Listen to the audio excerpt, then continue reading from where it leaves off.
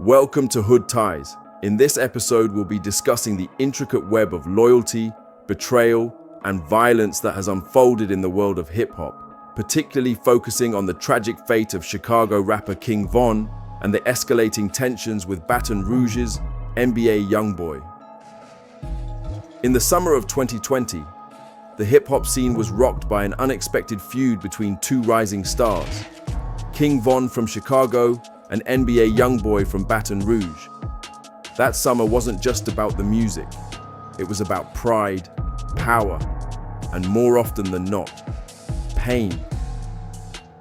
The drama kicked off over a girl. But let's keep it real. The specifics don't really matter in the grand scheme of things. What matters is that this beef would lead to some serious street consequences. YoungBoy's close ties with Quando Rondo, a rapper affiliated with the Rolling 60s gang in Los Angeles, meant that he was pulled into this conflict. For months, the animosity simmered online, with Von throwing shade and YoungBoy retaliating. It all felt like a boiling pot ready to explode, and eventually it did, on the streets of Atlanta. On the night of November 6, 2020, the tension hit its boiling point, when Rondo and his associate Lil Tim were at a lounge in Atlanta, and unbeknownst to them, King Von was also in town. Word got to Von that his rival was nearby, and he decided to confront him. In a flash, the situation escalated from social media banter to a physical altercation. King Von pulled up to the lounge, and as he approached, he instantly began to take control of the situation, aiming to teach Quando a lesson. But as we know, every action has consequences. Lil Tim, witnessing his friend in danger, reacted instinctively. Gunfire erupted, and with it, lives were forever altered.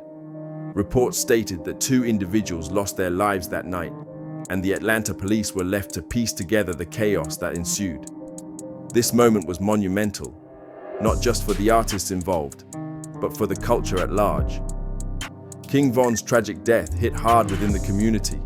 Numerous fans and aspiring artists shed tears and felt the weight of his absence.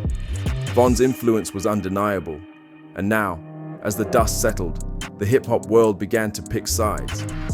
You were either on the side of King Von and Lil Durk, or you were rocking with YoungBoy and Quando. There was no middle ground. Interestingly, even the industry seemed to take a stance. Reports emerged that major platforms like Spotify and Apple Music were allegedly blackballing Quando Rondo, aligning themselves with Durk's camp.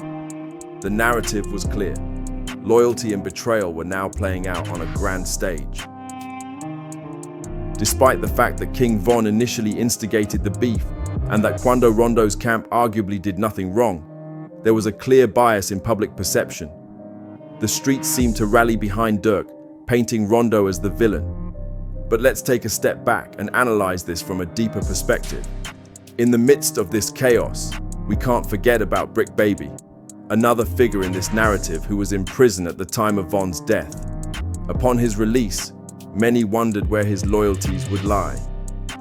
Would he remain true to his roots in the Rolling 60s, or would he side with his millionaire friend, Lil Durk? The street code is supposed to be unwavering, loyalty to your gang above all else. But when wealth and friendship are involved, the lines get blurred. In an interview shortly after his release, Bricc Baby showcased his stance on the matter. He made it clear that he didn't see the Rolling 60s in Georgia as legitimate, essentially dismissing the loyalty of those outside of Los Angeles. This was a bold move. It raised eyebrows and sparked discussions. How could you disregard the very set you claim to represent? In the streets, that kind of talk can be dangerous. It displayed a level of disloyalty that many couldn't comprehend, especially from someone who had once been a proud representative of the 60s. Bricc Baby's comments were a reflection of the ongoing divide in the streets. Many felt his words undermined the loyalty that gang culture instills in its members. And while he was seemingly more concerned with maintaining his friendship with Durk, he inadvertently showcased a grimy side that left many questioning his character. Shifting back to the beef, it became clear that Quando Rondo and his crew never really wanted this conflict with King Von. They were thrown into a situation that spiraled out of control. Yet, the streets were unforgiving. Lil Durk was still on a mission for revenge, seeking retribution for his fallen friend. Living in Atlanta gave Durk a tactical advantage, but hitting Quando and his crew wouldn't be as simple as it seemed. They had home field advantage in Savannah, a place where everyone was armed and ready for a confrontation. So, Durk decided to bide his time, waiting for the right moment to strike. As fate would have it, that moment arrived nearly 2 years after King Von's death, August 18, 2022. On a seemingly ordinary morning, Durk received a tip-off about Quando's presence in Los Angeles. This was the opportunity Durk had been waiting for, and he wasted no time in executing his plan. Durk reached out to OTF member Vaughn, not to be confused with King Von.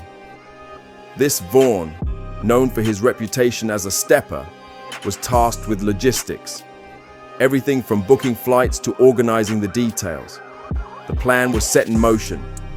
The OTF hitters were mobilized, but in a critical misstep, they booked their travel using OTF credit cards. When Durk found out, he quickly texted Vaughn, "Don't book any flights under my name." But the wheels were already in motion, and nothing could stop the impending storm. As they arrived in LA, Vaughn picked up rental cars and gear, everything they needed for the mission. They were determined to find Quando and settle the score. The streets of LA were about to witness an act of violence that would further entrench the rift between these two camps. After tracking down Quando's black Escalade, the tension was palpable. They waited for the perfect moment, and when the time was right, they pounced. Shots rang out in a chaotic flurry as they attacked the Escalade, emptying their clips. Miraculously, Quando was unharmed, but one of his friends tragically lost his life that day. The aftermath was a blur of police activity and public outrage. Videos captured the chaos, showcasing the raw reality of street life, where loyalty and betrayal often end in bloodshed.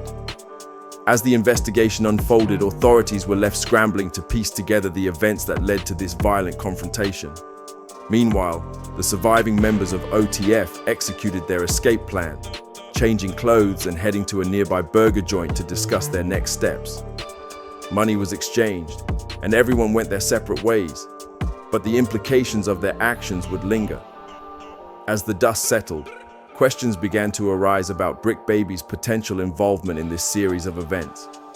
Given his history and his relationship with Durk, many speculated whether he had played a role in directing the hit on Quando. His actions in the aftermath only deepened the suspicions.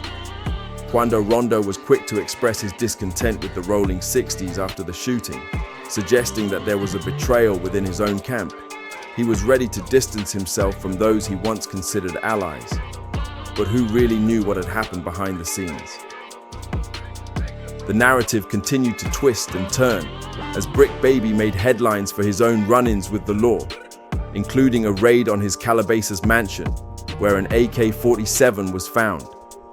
His legal troubles raised eyebrows, especially considering his past, and the rumors around him only grew wilder. As we reflect on these events, it becomes clear that loyalty is a complicated beast in the world of hip-hop. The lines between friendship and betrayal are often blurred, and the consequences can be dire. The deaths of King Von and his associates serve as a grim reminder of the stakes involved in this lifestyle. So to all our viewers, we want to leave you with this question.